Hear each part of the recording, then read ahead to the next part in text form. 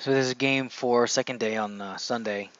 The dwarves non-shooty army, basically all hand-to-hand combat and like straight in your face. The deployment was the diagonal deployment. Let's see. And then the special rules we had were after determining deployment zones, both players each place one marker on the battlefield. Starting with the player to pick deployment zone, each player has to place the marker more than 12 inches away from their deployment zone and 24 inches away from the other marker or from the other marker. And then we get bonus objectives for each token that has one or more of your scoring units within 6 of it, and then obviously only 2 points possible. And then you gain 2 additional battle points for controlling more tokens than your opponent. Now, for those of you who don't know, the diagonal deployment is 9 inches. The deployment zone is 9 inches from the center line, diagonally going across. So there's only 18 inches in between each army, which for Warriors of Dark Gods, that's kind of what you want to do. But then you don't want it to be in that regard when you're going against a combat-heavy dwarf list.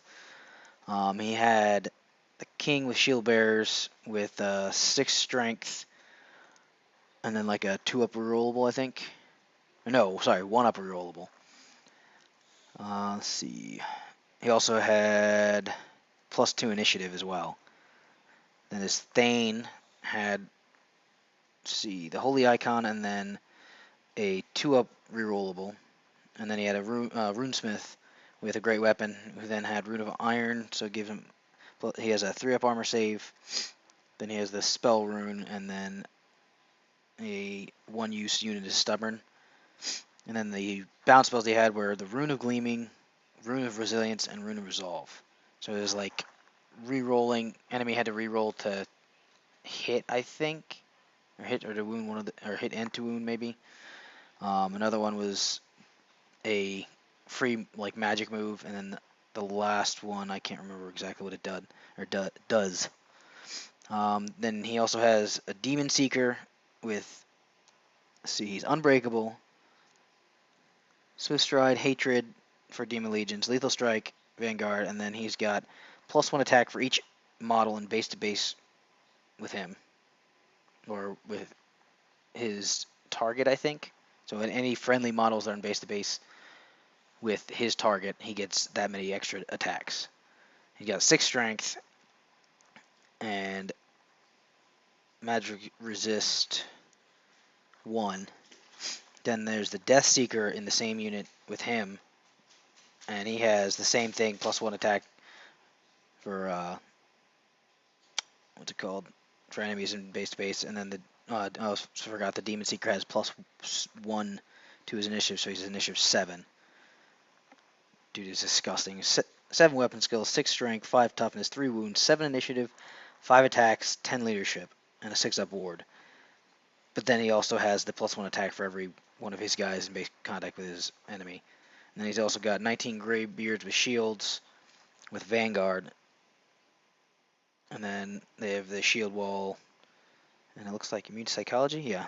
And then his big unit of the clan warriors were 35 with great weapon, and then the banner of swiftness with Vanguard.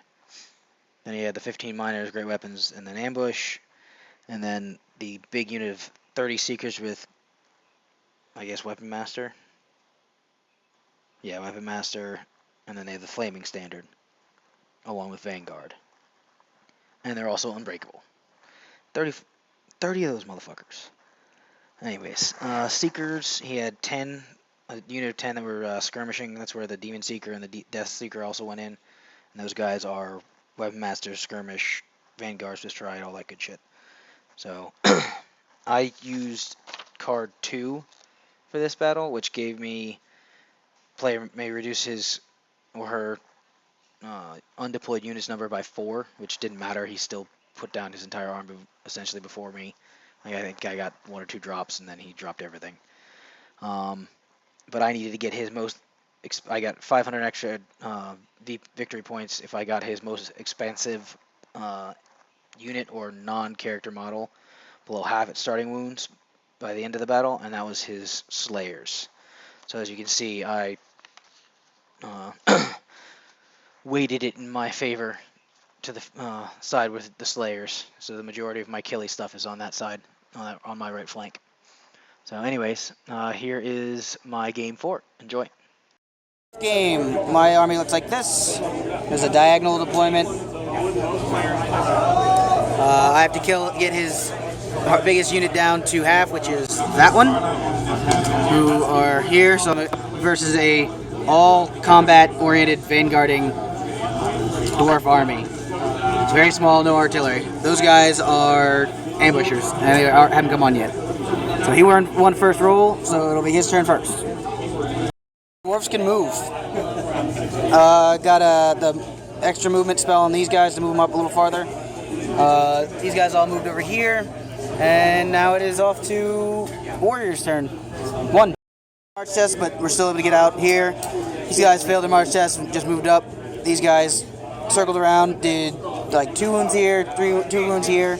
These guys shifted around. This guy shifted. I charged 1 chariot, took out 2, and then he died. These guys all moved up here. These guys moved all up over there. And I tried the toughness on him, he dispelled, and then I got -1 weapon skill on them. So it's off to Dwarf's turn 2. Charged in to the Crushers. The Crushers kill the Rune Priest and 3 guys. He did 5 wounds, and then I fled off the table, and he chased with them, reformed with them. His magic, he got the Rune Resilience, so -1 to wound. These guys charged, killed the dogs over into there. These guys killed the dogs and just reformed. So it's off to Warriors turn 3. Or bottom of 2. And the miners still haven't come. Alright, so my guys charged in here.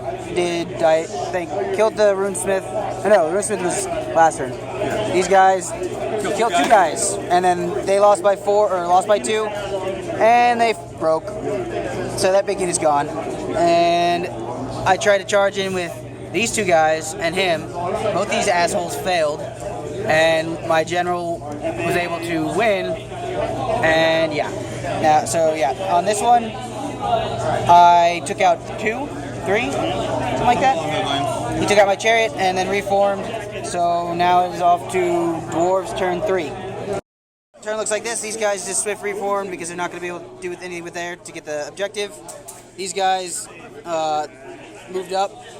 These guys somehow did not lose combat, or didn't run from combat rather. Over here, my Lord won, and these guys are all sitting here watching as the Lord does all the work. And off to top of 3, bottom of 3. Shot them, took off I think 2. These guys moved from over here to here, shot them. This combat I lost and fled with my standard bearer guy. They reformed like this. I won combat, there's 1 guy left there, he's got 1 wound with my general, and I reformed to put my front to these guys, so they're good. And off to top of 4. It looks like this. Combat definitely did not go well. It kind of was shitty rolls on his part, unfortunately. Ended there. Generals actually combat reformed to face that way, and these guys faced this way after last combat. So it's off to Warriors, or bottom of turn 4. These guys shot them, they're stupid. These guys shot them, they're stupid. And combat over here killed that thing, and challenge over there killed that thing. So here is turn 5 for both of us. Didn't actually have a chance to record it because of time constraints and everything, but basically what happened was his big unit of warriors with his general charged into the right of the chosen. So he's off to the right of that last. I think that's the not the demon seeker, but the dragon seeker. I think that's what he was called. Or no, so the death seeker. So the death seeker is the only one touching the blood beast, and then the rest of that unit is touching just the chosen. So essentially what happened was, I think there was probably a challenge that I think his Death Seeker, yes, that's what it was. His Death Seeker accepted the challenge so that my Blood Beast couldn't attack.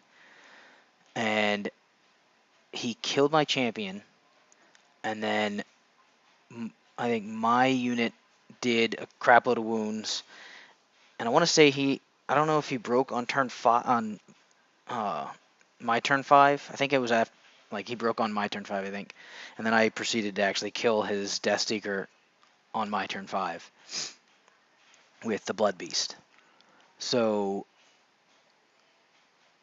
that entire unit essentially charged in, and then by my turn 5, I actually ran them down and got the points for them, and then I got the token for the Chosen standing by um, or I got a battle point for the token from the Chosen, and then he also got a battle point for his one dwarf unit down by my side on the far right side or left side. Sorry, my Lord charged in and ran off the board with his miners, so I got the points for them as well.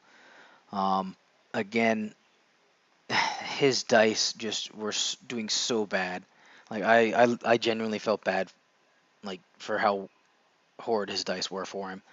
I probably would have been like in a fuck it mode when it came to actually freaking playing.